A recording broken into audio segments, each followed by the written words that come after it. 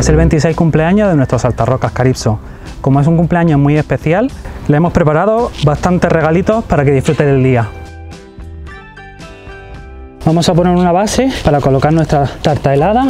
Esta tarta está hecha de diferentes verduras y frutas. Podemos ver naranja, una capa de sandía, una capa de zanahoria, una capa de pimiento, otra capa de sandía que suele gustarle mucho a nuestros saltarrocas.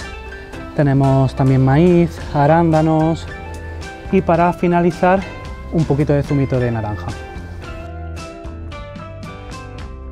26 años para un saltarrocas es una edad muy avanzada, casi duplica la esperanza de vida de un saltarrocas en libertad. Este cumpleaños es muy especial ya que nuestro Saltarrocas Calypso es el único que queda vivo en Europa.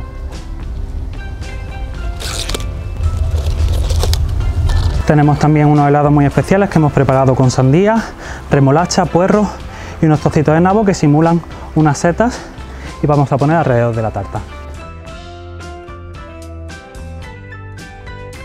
Todo esto también forma parte del enriquecimiento ambiental que hacemos con todos los animales del parque, que se trata de estimular un poco el comportamiento natural que tendrían y la búsqueda de alimento.